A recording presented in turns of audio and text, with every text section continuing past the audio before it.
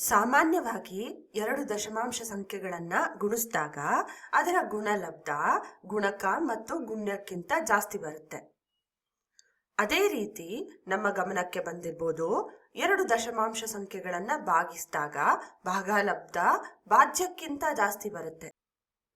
ಈ ನಡವಳಿಕೆಯನ್ನ ಎಲ್ಲಾ ದಶಮಾಂಶ ಸಂಖ್ಯೆಗಳು ಪಾಲಿಸುತ್ತಾ? ನೋಡೋಣ. ಎರಡು ಧನಾತ್ಮಕ ದಶಮಾಂಶ ಸಂಖ್ಯೆಗಳನ್ನ ಗುಣಿಸಿದಾಗ ಒಟ್ಟು 3 ಸಾಧ್ಯತೆಗಳಿರುತ್ತೆ. ಮೊದಲನೇದಾಗಿ ಗುಣಕ ಮತ್ತು ಗುಣ್ಯ ಎರಡೂ ಕೂಡ ಒಂದಕ್ಕಿಂತ ದೊಡ್ಡ ಸಂಖ್ಯೆ. ಉದಾಹರಣೆಗೆ 2.5 ಮತ್ತು 5.2 ತರ. ಇದನ್ನ ನಾವು ಗುಣಿಸಿದ್ರೆ 13 ಉತ್ತರವಾಗಿ ಸಿಗತ್ತೆ. ಎರಡನೇ ಪ್ರಕರಣ ಬಂದು ಒಂದ ಗುಣಕ ಅಥವಾ ಗುಣ್ಯ ಒಂದಕ್ಕಿಂತ ದೊಡ್ಡದಾಗಿರೋದು, ಮತ್ತೊಂದು 0 ಮತ್ತು 1 ನಡುವೆ ಇದ್ದಾಗ. ಅಂದ್ರೆ ಈ ರೀತಿ 3.7 ಇಂಟು 0.67. ಇದನ್ನ ನಾವು ಗುಣಿಸಿದಾಗ ನಮಗೆ ಗುಣಲಬ್ಧ 2.479 ಸಿಕ್ಕತ್ತೆ. ಇನ್ನು ಕಡೆ ಪ್ರಕರಣ ಎರಡೂ ಸಂಖ್ಯೆಗಳು 0 ಮತ್ತು 1 ನಡುವೆ ಇದ್ದಾಗ.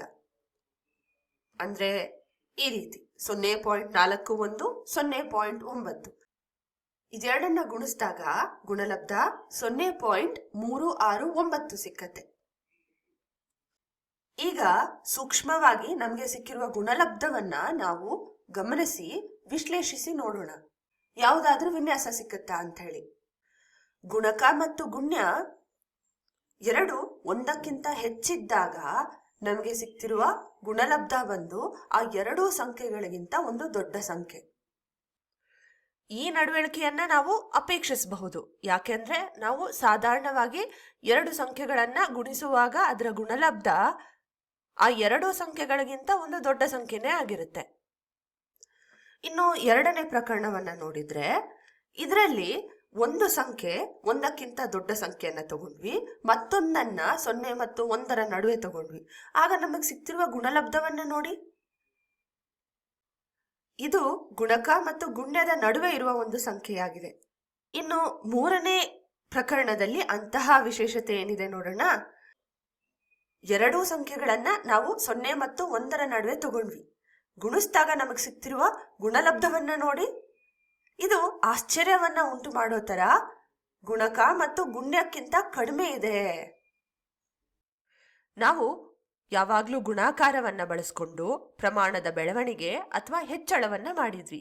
ಆದ್ರೆ ಈ ಪ್ರಕರಣದಲ್ಲಿ ಮಾತ್ರ ಗುಣಾಕಾರದಿಂದ ಸಿಕ್ತಿರುವ ಗುಣಲಬ್ಧ ತಗೊಂಡ ಎರಡೂ ಸಂಖ್ಯೆಗಳಿಗಿಂತ ಕಡಿಮೆ ಕಂಡು ಬರ್ತಾ ಇದೆ. ಇದಕ್ಕೆ ಕಾರಣ ಏನಾಗಿರ್ಬೋದು? ಎರಡು ದಶಮಾಂಶ ಸಂಖ್ಯೆಗಳನ್ನ ಭಾಗಿಸಿದಾಗ ಏನಾಗತ್ತೆ? ಮತ್ತೆ ನಾವು ಭಾಜ್ಯದಲ್ಲಿ 2 ಸಾಧ್ಯತೆಗಳನ್ನ ನೋಡ್ತೇವೆ ಮತ್ತು ಈ 2 ಸಾಧ್ಯತೆಗಳಲ್ಲಿ ಪ್ರತಿ ಸಾಧ್ಯತೆಗೆ ಮತ್ತೆರಡು ಸಾಧ್ಯತೆಗಳು ಸಾಧ್ಯವಿದೆ. ವಿಡಿಯೋನ ಪಾಸ್ ಮಾಡಿ ಈ ಪ್ರತಿ ಪ್ರಕರಣಕ್ಕೆ ಒಂದೊಂದು ಉದಾಹರಣೆಯನ್ನ ಬರೆಯಕ್ಕೆ ಟ್ರೈ ಮಾಡಿ. ಈ ಸಂಖ್ಯೆಗಳನ್ನ ತಗೊಳ್ಳೋಣ. ಈ ಸಂಖ್ಯೆಗಳನ್ನ ಒಂದು ಟೇಬಲ್ನ ರೂಪದಲ್ಲಿ ಬರ್ಕೊಂಡ್ಬಿಡೋಣ. ಆಗ ನಮಗೆ ಹೋಲಿಕೆ ಮಾಡೋದು ಸುಲಭ ಆಗತ್ತೆ. ಈಗ 15.4 ಅನ್ನುವ ಭಾಜ್ಯವನ್ನ ಭಾಜಕ 2.5 ಭಾಗಿಸಿದಾಗ ನಮಗೆ ಸಿಗುವ ಉತ್ತರ 6.16. ಅದೇ ರೀತಿ 15.4 0.5 ಭಾಗಿಸಿದ್ರೆ ನಮಗೆ 30.8 ಅನ್ನುವ ಭಾಗಲಬ್ಧ ಸಿಕ್ಕತ್ತೆ. ಇನ್ನು 0.6 1.8 ಭಾಗಿಸಿದಾಗ 0.333 ಇದೇ ರೀತಿ ಅಂತ್ಯಗೊಳ್ಳದ ಮೂರುಗಳು ನಮಗೆ ಸಿಗತ್ತೆ. 0.6 0.7 ಭಾಗಿಸಿದ್ರೆ ಉತ್ತರ 3 ಆಗಿರುತ್ತೆ.